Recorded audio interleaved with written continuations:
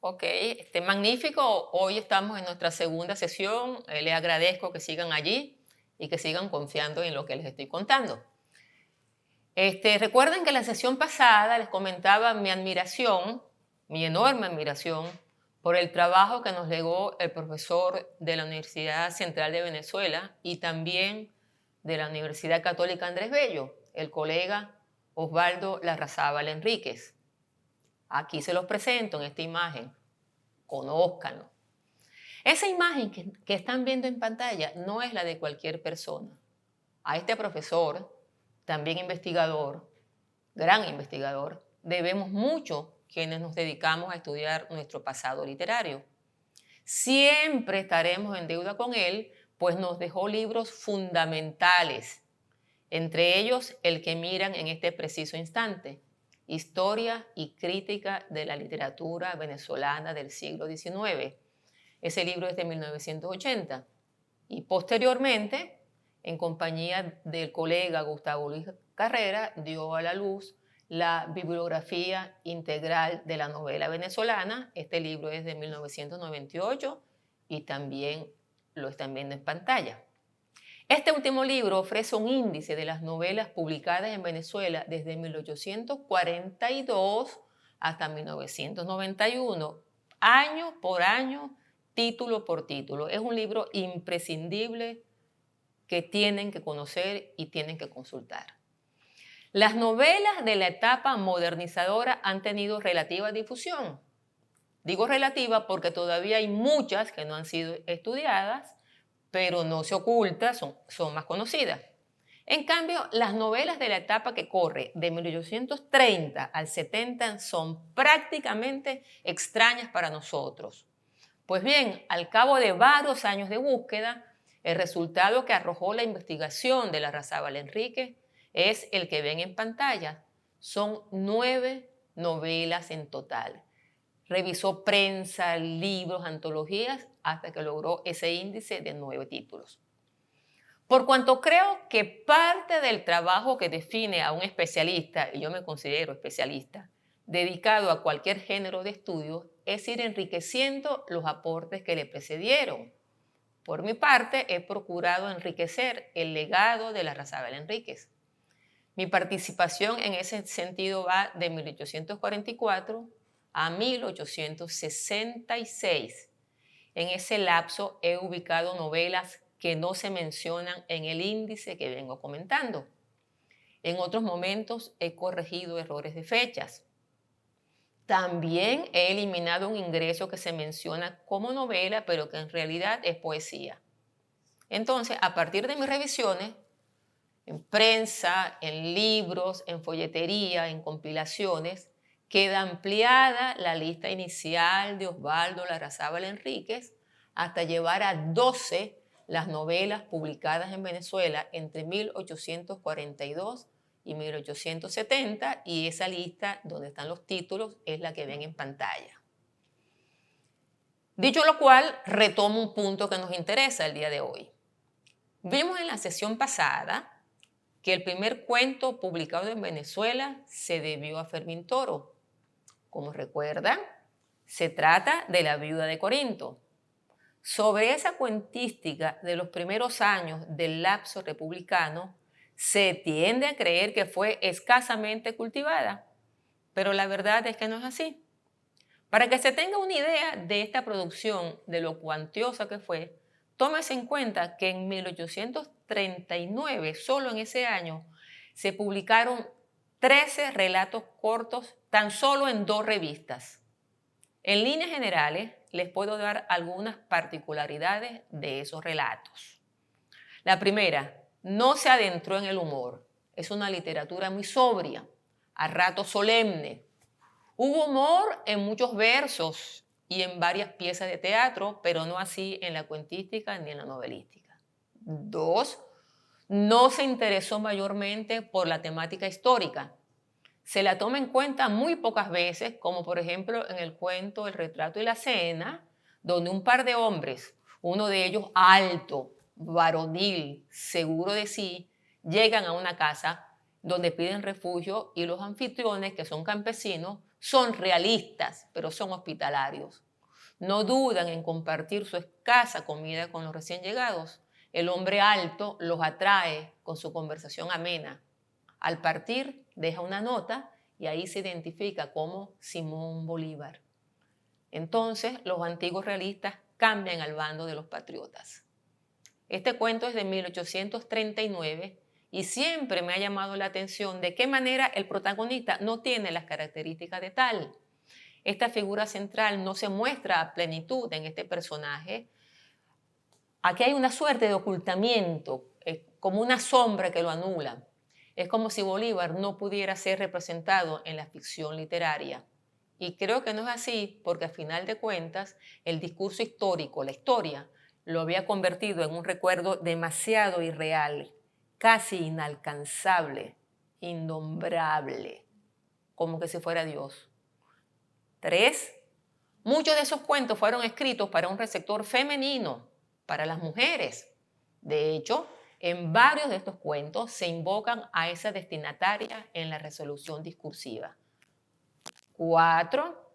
En la mayoría de esos discursos ficcionales cortos, las acciones no se sitúan en Venezuela, se ubican en espacios foráneos. Por ejemplo, la viuda de Corinto, como lo indica el título, se desarrolla en Grecia, en el istmo de Corinto. 5. Esta última característica la conocemos. Casi todos esos relatos tratan del amor y casi siempre es un amor imposible. Mucho llanto cuando leen esos cuentos. Entonces, un análisis más detallado de esa cuentística puede hacerse al leer los 3 relatos que nos legó el mismo Fermín Toro. Nuestro conocido La viuda de Corinto, de 1837, El solitario de las catacumbas, que fue de 1839, y La sibila de los Andes, todavía sin fecha establecida, aunque el maestro don Pedro Grases estima que es de 1840 o 1841, mientras el autor vivía en Londres. Entonces, cuando Larrazábal Enríquez analiza la producción cuentística venezolana desde 1837 hasta la década de los 90, los vio de esta manera, y cito al maestro Larrazábal Enríquez. Abro citas. Estoy leyendo la cita en este momento. Esos relatos que inician el cultivo del género en nuestro país están severamente influenciados por las técnicas europeas de la época y en poco se diferencia de los que por entonces se escribían y publicaban en la mayoría de los países del continente americano. Son relatos que tanto en sus intereses anecdóticos como en el comportamiento de los personajes, atienden a esquemas determinados que en su casi totalidad responden a fórmulas tradicionales que no consideran por lo general las realidades y las idiosincrasias de nuestros pueblos. Fin de la cita. O sea, algo así como que si esos cuentos no tenían nada que ver con el país en donde se escribían, y después veremos que no es así. Entonces, algunos críticos literarios han calificado La viuda de Corinto como relato de tema exótico. Ustedes sin duda habrán escuchado esa valoración otras veces. Si un relato se ambienta fuera del territorio nacional, de inmediato se le califica de tema exótico. En La sibila de los Andes ocurre lo mismo. La voz narrativa es una mujer y refiere su historia no en Venezuela, sino en los Andes suramericanos. La verdad es que no conozco quien haya visto lo fundamental de este relato.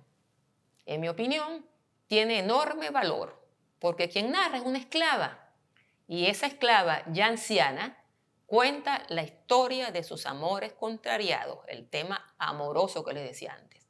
El solo hecho de que una esclava sea la protagonista muestra un enorme avance en la mentalidad de la época por parte del autor, de Fermín Toro. Si es comprobable que el relato se escribió en 1840 o 1841, como sostiene Grases, es un cuento extremadamente osado, porque la esclavitud todavía existía en Venezuela y los esclavos ni siquiera eran vistos como personas.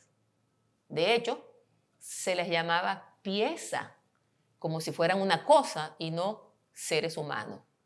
Y este aquí que una esclava es protagonista de un relato, es visibilizada. La propuesta es doblemente asombrosa porque pone a hablar a una esclava protagonista y la muestra con los mismos sueños y esperanza que una mujer blanca, y en esos tiempos eso era muy osado. Esta representación femenina la veo como lo que es una esclava, o sea, un ser humano que era situado en la última escala del orden social. En este cuento es concebida en paridad de sentimientos y afectos que su ama blanca. Imagino que el cuento no gustó al público lector, aunque de hecho todavía no se sabe si el autor lo publicó en vida. Todavía no se ha encontrado en qué periódico o revista se dio a conocer. Es muy probable, y es lo que sospecho, que Toro no lo haya publicado en vida porque si no habría tenido muchos problemas. Recordemos que él muere en 1865, o tal vez lo dio a la imprenta después del decreto de libertad de los esclavos, que como recuerdan fue en 1854. Pero sin duda que estoy especulando. El hecho cierto es que no se ha visto dónde se publicó la primera vez. Por mi parte, seguiré buscando. A lo mejor un día de estos doy con la fecha exacta.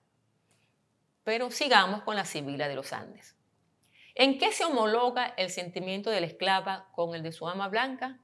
En que ella se enamora del hombre que va a casarse con su ama. Es verdad que el trato que he recibido en casa de sus dueños, de sus propietarios, no era el acostumbrado.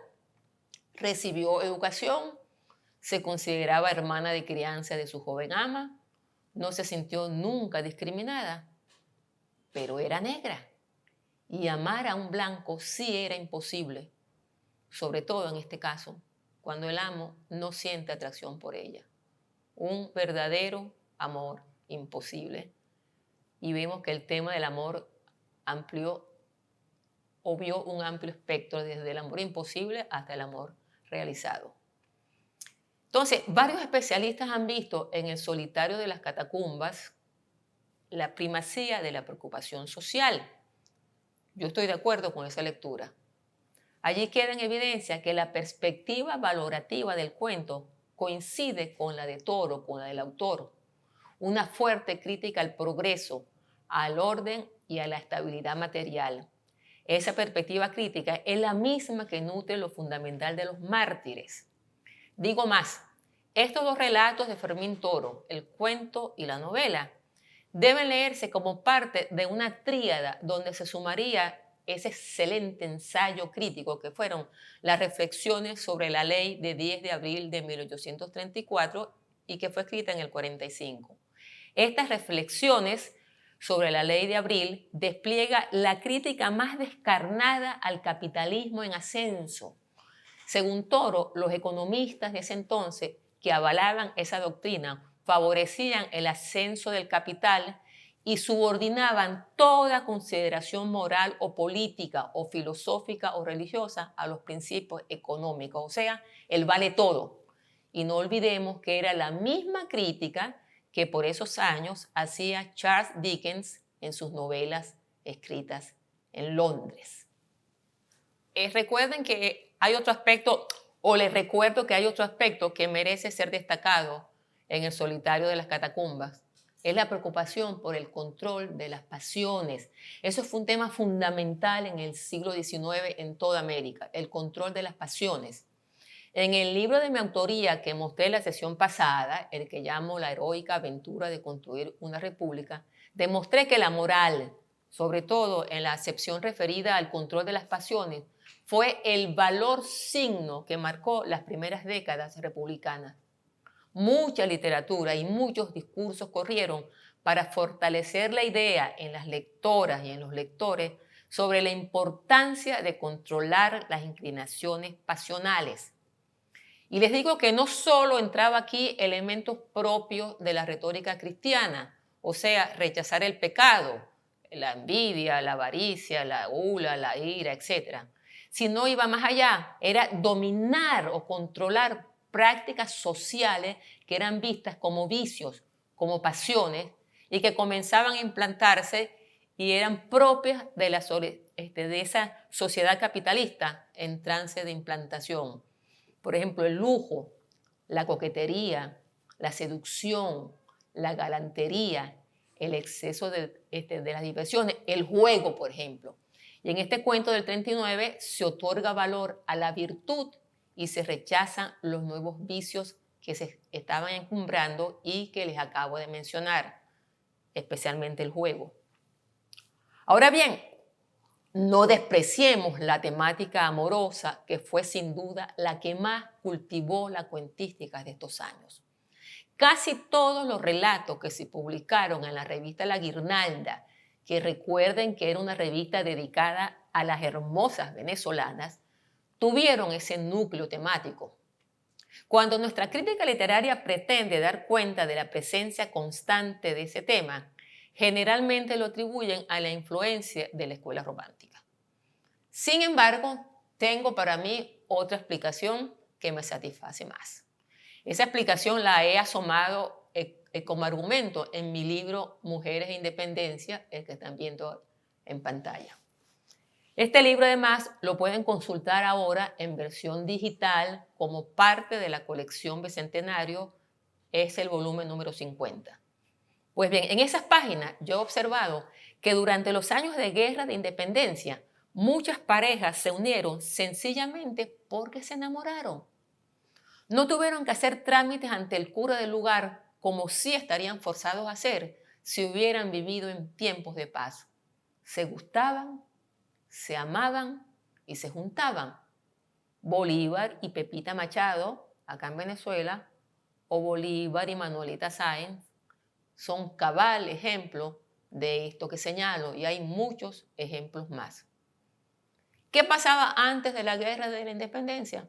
Pues bien, antes de la guerra, los sectores hegemónicos, o sea, los ricos del momento, contraían matrimonio por acuerdo previo de los padres de ambos contrayentes. Y de esta manera, mucha gente fue plenamente infeliz. Los sectores desfavorecidos de la fortuna eran más libres en este sentido. Se unían por conveniencia menos impositiva y por fin ganaron una. Pero los ricos de cuna o aquellos que contaban con bienes de fortuna, aquellas a quienes precisamente se dirigían los cuentos y novelas, es decir, los que sabían leer y escribir, esos no eran libres de elegir pareja nupcial. En los años que estudiamos, o sea, después de 1830, esa modalidad para formar pareja no se abolió, por el contrario, siguió vigente. Y en ese trance, muchas individualidades, sobre todo los jóvenes intelectuales, comenzaron a exigir la eliminación de esa práctica arraigada entre los sectores económicamente favorecidos. Varios relatos trataron el punto. De hecho, la segunda novela que se publicó en Venezuela, o sea, Amelia, y que apareció por entregas en la revista El Repertorio en 1844 y que están viendo en pantalla, planteó este asunto. Y por cierto, hasta el sol de hoy, esta novela no ha sido reeditada. Pues bien, el tema también está planteado en La viuda de Corinto. Ese cuento narra cómo el musulmán Seide desertó de sus correligionarios para ayudar a los cristianos sitiados en Corinto y gana así la mano de Atenáis. Pero la familia de la muchacha no mantiene su palabra y la da en matrimonio a un príncipe cristiano, o sea, pacta el matrimonio. Seide, rabioso, se une de nuevo a los turcos y toma Corinto para estos turcos. En la lucha se encuentra con el príncipe, con el esposo de su amada, y lo mata. Más tarde, cuando Seide repite su declaración de amor a Atenáis delante de la tumba del esposo, ella se horroriza al darse cuenta de que aún lo ama. Sobrecogida de emoción, muere en sus brazos y Seide se apuñala y abrazando aún el cuerpo de ella, cae con él en la bóveda profunda. Y también en la Sibila de los Andes se desencadena el conflicto porque la esclava se enamora del prometido de su ama, aun cuando se han criado como hermanas. Entonces, el tema amoroso no es un tema simplista, es un tema que está cuestionando una práctica social que venía desde la colonia. Entonces, ¿cómo interpretar la propuesta narrativa de ambos textos? Creo que está planteado el problema referido al amor como soporte del contrato nupcial, pero no para ver las bondades, sino para llamar la atención sobre las dificultades de la aplicación mecánica de esta propuesta o de esta imposición. Si hay diferencias religiosas, como en la viuda de Corinto, o diferencias raciales, como en la Sibila de los Andes, no es válida la exigencia, o sea, no es válida el matrimonio como excusa para el matrimonio. No es válido el amor como excusa para contraer matrimonio. Entonces, cuando he hecho este rápido recuento sobre acerca de los cuentos, acerca de los contenidos, ahora paso a tratar de novelas. Hemos visto que la primera de ellas apareció en 1842. Se publicó también por entregas en la revista Liceo Venezolano y aquí sorprenderá a muchos saber que también su autor fue Fermín Toro. Todos han repetido esa fecha, es decir, todos han dicho que Los Mártires es la primera novela venezolana. Yo misma he repetido varias veces la especie, pero la verdad sea dicha, en una conferencia que dicté en el Museo de Bellas Artes en noviembre del año pasado, en noviembre del 2021, guardé distancia al señalar que hasta que se demuestre lo contrario, nuestra primera novela apareció por entrega en la revista Liceo Venezolano. Volveré a este punto en otra sesión. Lo dejo en suspenso porque en este momento quiero responder otra pregunta. ¿Cuáles fueron las novelas que se publicaron en Venezuela entre 1830 y 1848? Porque recordemos que el día de hoy hago el corte este último año y así lo anuncié en la sesión anterior. Hoy pongo el énfasis en la época, en la etapa de dominio político de José Antonio Páez, o sea, entre el 30 y el 48. Fue, digamos así, la voz absoluta en Venezuela en esos años. De esas novelas ya he mencionado dos. Los Mártires de Fermín Toro, que insisto, apareció por entrega en la revista Liceo Venezolano en el 42, y Amelia, que insisto, también por entrega en la revista El Repertorio. Esta última novela se publicó sin autoría, es decir, hasta el día de hoy no sabemos quién la escribió. Apareció en el 45. Estas dos novelas que acabo de mencionar están en la lista que organizó Osvaldo Larrazábal Enríquez.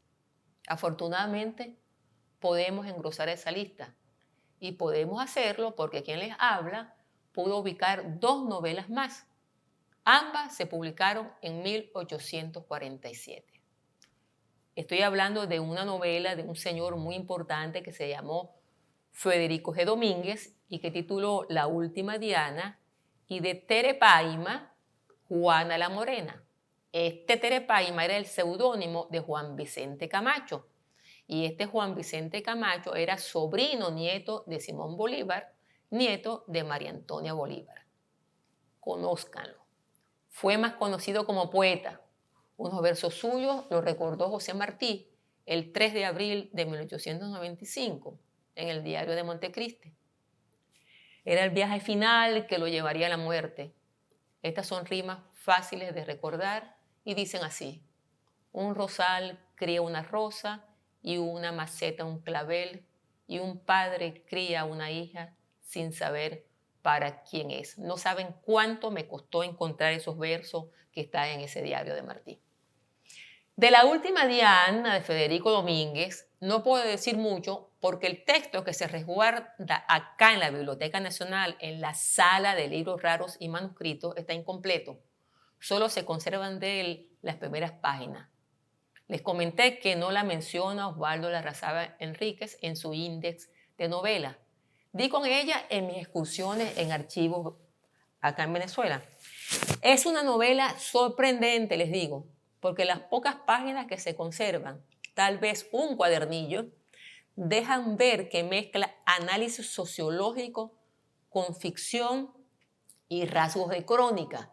Y esta sí está ambientada en Caracas. De encontrar en alguna biblioteca la versión completa, nos hallaríamos frente a una obra novedosísima que bien podría competir con el Facundo de Sarmiento en su inusual y osada resolución discursiva. Una tremenda y osada novela. Juana la Morena es un relato largo, o si prefieren, una novela, aunque al final de la obra el narrador la califica de novela. Lleva el subtítulo de Leyenda Nacional. Este dato es importante, pero no voy a dedicar el día de hoy a explicarles por qué. Lo haré en otro momento. La novela se publicó por entregas en 1847 en el periódico La Prensa. Las acciones ocurren mucho tiempo atrás que el presente del autor. Hay datos para ubicar los hechos en años anteriores a la independencia. El personaje principal es Juana, joven hidalga, malcriada, caprichosa y desde luego muy hermosa. Pero tenía una educación muy deficiente. Por añadidura, había despreciado a muchos que la habían amado y terminó casándose con un pretendiente venido de Alemania. Imaginen ustedes, de Alemania. Este hombre, el esposo de Juana, era ruin y aventurero. Rul era el nombre de este. En cambio, Marcelo es un atractivo capitán que ama a Juana. En un baile que da esta dama, él le confiesa su amor y ella se burla de él. El amante despreciado intenta suicidarse, pero afortunadamente un amigo se lo impide. El final de esta historia muestra a una Juana envejecida y pobre. Historia cursi, diremos en el presente, pero en ese momento era importantísimo el planteamiento que formula, pues en esos años hubo una intensa campaña de prensa en favor de la educación femenina. El hecho de que Juana no haya recibido educación, como nos precisan al momento de describir su extraordinaria belleza física y su porte moral, la convierte en una mujer débil, carente de principios que la guían en el correcto accionar en la sociedad. Ella arrastra además una grave debilidad. Es coqueta, o sea, esa es una pasión muy cuestionada en ese tiempo. La coquetería fue muy atacada tanto en poesía como en cuentos y en novelas. Se consideraba una pasión que debía ser controlada y erradicada, y la educación era una de las vías para lograrlo. Como Juana era hija de padres de edad avanzada, no recibió de ellos las orientaciones que le servirían en la adultez para controlar las pasiones. Por lo tanto, su ausencia de instrucción tampoco le permitió moldear el carácter. Esa pasión, la coquetería, la llevó a la perdición. Entonces, mujeres, no hay que ser coquetas. Bueno, entonces, estoy insistiendo en que la coquetería no era bien vista en esos tiempos. Bueno, y también estoy pendiente de señalarle que desde el punto de vista estético, el relato está muy mal hilvanado. Por ejemplo, el esposo de ella, el alemán, Rul, no tiene ninguna figuración en la trama. Juana, además, es madre de una hija que es modelo de moralidad, pero no queda claro cómo ella sí domina las pasiones cuando tomamos en cuenta que procede de un hogar donde la madre no le provee esos principios. Bueno, claro está, el lector puede inferir que la chica es distinta a la madre porque sí recibió instrucción escolar, pero sería especulación del lector porque el relato no abunda en el hecho. Y tampoco hay señales de por qué Juana, que era muy rica, termina empobrecida y mendigando en las calles de la ciudad. Esto es inexplicable. En todo caso, el relato da para más comentarios, pero insisto en que estamos asistiendo a los inicios de nuestra narrativa y hasta donde sé, nada y nadie nace aprendido. Estos escritores estaban aprendiendo a narrar. Y entonces, llegados a este momento, estoy prefiriendo pasar a otro aspecto que me parece de interés para evaluar la producción narrativa de esos años. y vuelvo a la ausencia de relatos largos o cortos sobre la guerra de independencia. ¿Qué explicación podemos dar a este hecho cuando en otros países del continente sí hubo relatos en relación con su guerra de independencia? Bueno, yo tengo cuando menos una explicación y ya la asomé antes. La disciplina histórica, romántica y sentimental se encargó de acaparar el tema. Sobre el particular, debo decir que abunda en libros, en folletos y sobre todo en materiales insertos en la prensa, muchos de ellos todavía por compilar, que se focalizan en el fenómeno de la guerra y de sus protagonistas. Hay piezas de esa historia romántica que son sencillamente memorables. Aquí estoy pensando en la biografía de José Félix Rivas, que escribió ese genio que fue Juan Vicente González. Ese es un libro prodigioso. Lo que pasa es que es historia. Porque la literatura, la ficción narrativa en nuestro caso, no sintió atracción por la temática histórica en el grado que podríamos suponer, dado el protagonismo tan destacado que tuvo Venezuela en la etapa libertaria del continente. Constato el hecho, pero no voy a ahondar mayormente en el punto porque me desviaría sensiblemente del tema que me interesa hoy. Quiero cerrar esta sesión con una información que no quiero guardar para mí, y es la siguiente. Para quienes nos interesa la historia cultural, para quienes dedicamos atención además a nuestras prácticas sociales y familiares, o sea, en el hogar, para quienes leemos literatura, pero también leemos de historia, de sociedad, de economía, de antropología, etcétera, etcétera, la lectura de esos primeros textos literarios de nuestro siglo XIX tienen un valor que excede toda ponderación. ¿Por qué lo digo? Bueno, por ejemplo, porque entre muchos temas me intereso en la memoria urbana de Caracas. Siendo así, no me es ajena la cuestión referida al Samán de Catuche. Sin duda ustedes desconocen la referencia. De no ser así, ya se la recuerdo. A la sombra de un árbol de samán, Andrés Bello acostumbraba a leer en las plácidas tardes caraqueñas. Muchas veces se reunía allí con sus amigos, intelectuales del momento. Debo decirles aquí que soy devota de Bello. Andrés Bello era un genio y la mayoría de nosotros, sus compatriotas, no nos hemos dado cuenta de ello. Pues bien, ese samán ha dado mucho de qué hablar. Se cuenta que una vez un hacendado caraqueño pretendió cortarlo. Era inminente la destrucción de la frondosa planta cuando un sacerdote se interpuso entre el hacha del leñador y el sólido tronco vegetal. Se dice que ese sacerdote fue José Cecilio Ávila. José Cecilio Ávila era eminente profesor de la Universidad de Caracas.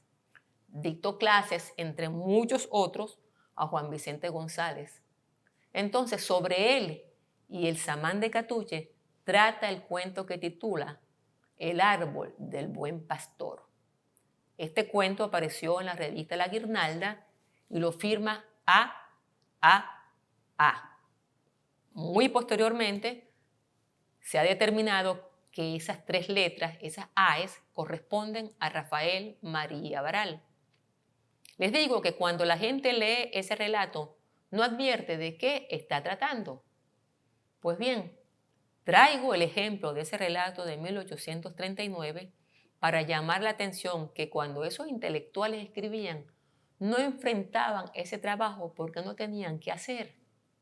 Ellos formaban parte del sector letrado de aquel tiempo y ellos sabían que eran protagonistas decisivos en el proceso heroico de construir una república, la República de Venezuela. ¿Ustedes creen, al referirles brevemente a ese contexto, que ellos elegían los temas porque no sabían de qué o sobre qué escribir? Les doy la respuesta. Sabían muy bien lo que hacían y para qué lo hacían. Les pido que mediten este punto y entonces los veo la próxima sesión. Gracias por verme y escucharme. Y cuídense mucho.